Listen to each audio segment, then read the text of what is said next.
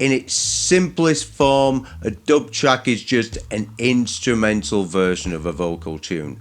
The form was invented by accident. While mixing the Paragons on the beach, engineer Byron Smith muted the vocal track by accident. He was left with a karaoke version of the song.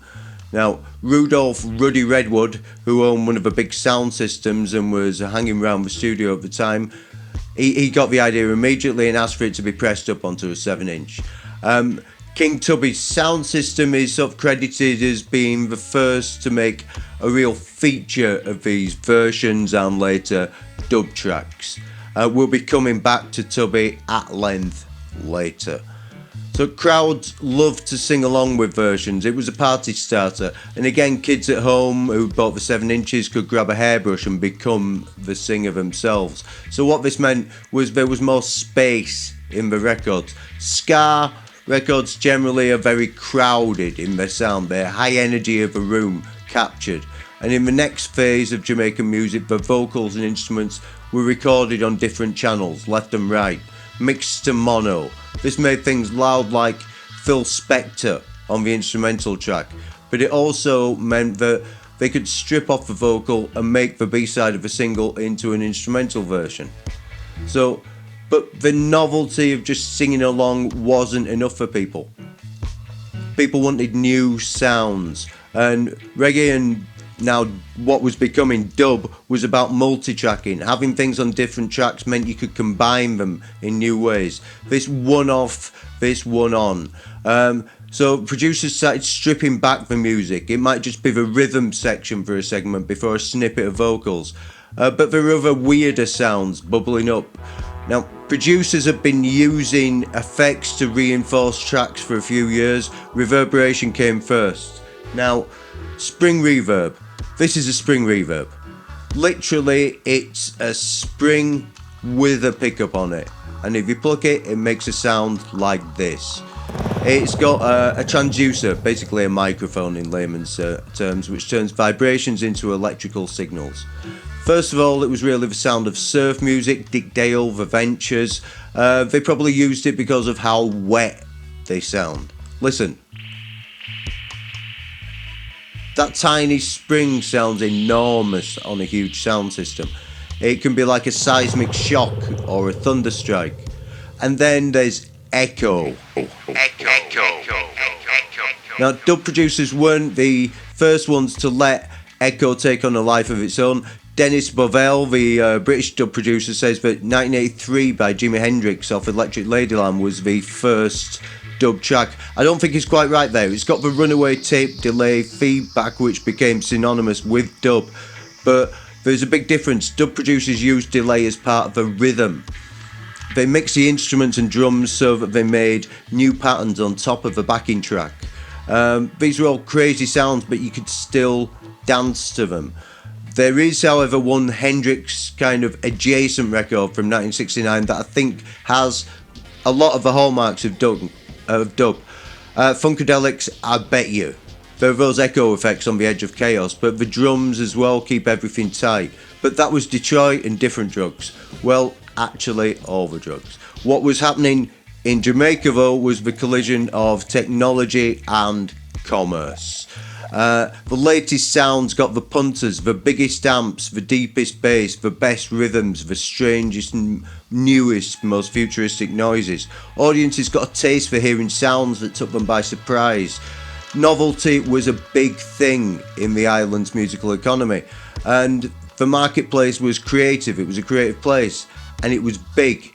The sheer amount of records produced on the island of Jamaica in the 1970s is actually astonishing, especially bearing in mind that the island itself only had a population of about 2 million at that time. Now every single had a version on the B-side, so this meant twice as many records because you needed half the amount of songs. There was no worry about finding a B-side anymore. The main thing that drove all this, of course, was capitalism. More records equals more money. For all the talk of railing against Babylon, it was market forces that created dub. Producers like Joe Gibbs of Studio One played the numbers game. more covers of US songs, more versions, more dubs, more products. The sound system owners were massively influential on the scene, as were producers like, for instance, Ian Curtis's favourite, Keith Hudson. There was Bunny Stryker, Lee, the up-and-coming Lee Perry. Many recording engineers were sound system owners as well, like the infamous King Tubby. He's been credited with inventing dub, but that's not really true, though it's probably true to say that he did perfect it as a form. Yes, there were some greats, but it's not really the whole story. It's a cast of thousands. And looking back, it feels like the whole island was either making or listening to this music, but that's not true at all. Jamaican National Radio played a lot of American hits, a surprising amount of country music. Historically, no one really cares what was being played on the radio because it fades away instantly. What was being played in the sound systems was much more important, potent. It was culturally and historically. It left something behind. It's something that we're still living with now. Even concerts by the hitmakers, they were sparsely attended, while across town the dancers enjoyed their hits on 45. The way the music developed was outside of normal approaches to copyright too. Jamaican musicians had no problems with taking lines from their own island or US soul and tweaking them. They also cannibalised each other's riffs and beats. The 2-track recordings were the birth of the rhythm, or rhythm to say correctly, sorry.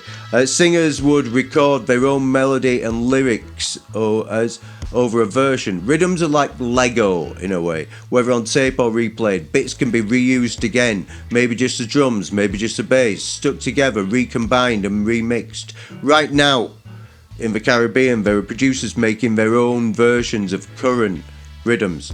There are DJs and singers performing over them. It's a constantly evolving thing and would give most copyright lawyers a heart attack. It's a far cry from Metallica trying to copyright a single chord change. So all of this let the music evolve faster. A rhythm on a track or an effect was fair play for copying. If you could put a new twist on it, then the audiences might respond. If you remix it, add some crazy effects and press it up again, then perhaps you could buy a new car. Recording technology let producers maximise their earning potential. Legendary dub producer Mad Professor puts it like this. That's all part of the newfound love of technology reggae had. The pushing of technology into another dimension. If you had your masters, you could be eating even more food than you ate originally. Sound systems and recording studios, as I said before, they were tightly bound up with each other and they were protected by the trade secrets. But one of the things was that producers and engineers were all peripatetic. They travelled around, they were freelancers. So the secrets spread like viruses from studio to studio. Hitmakers got more work, obviously, and the freshest sounding records drew the crowds. And that's where the money was at. And once those secrets were out there, the ammunition was kind of lost. It lost some of its potency. These sounds just became part of the vocabulary of the music. So there was a kind of arms race between competing sound systems along with their associated producers, engineers, studios, and of course the musicians. They were trying to make sounds that stopped dancers in their tracks and made them listen. Lots of different studios were involved in that arms race. There was Duke Reid's Treasure Island studio, which he ran above his liquor store. Duke had a lot of side hustles and most of them were successful. He ran the Trojan sound system, which was the biggest in the country from the mid-1950s until about the mid-1960s. It was at Reid's studio that dub was kind of in effect born with that Paragons track I spoke about at the beginning. So the Jamaican scene evolved quickly and soon using multi-track recordings, producers were making tracks sparser. They were taking away elements, making parts into ghosts. In truth, there's no one innovator that can be said to have invented the genre. King Tubby is listed as being the inventor in a lot of places, but that's not really true. There's Vincent Randy Chin, who was one of the many Jamaican Chinese on the business side of the island's industry. He probably made the first dub album in 1970s, Java Java Dub. But Jamaican music was never really about albums. For example, only 300 copies of Lee Perry's 14 Blackboard Jungle were pressed originally. It was always about the next thing, and the quickest way to do that was with singles. Also, they were louder on a sound system. So limited edition dub plates became the lifeblood of sound systems, and they still are. Even acetates that wear out after a few plays. These mixes have elements brought in and out in unexpected ways, crazy echo effects, and people like to be surprised. Just hearing a song isn't quite enough when you've heard it taken apart and put together again in outer space.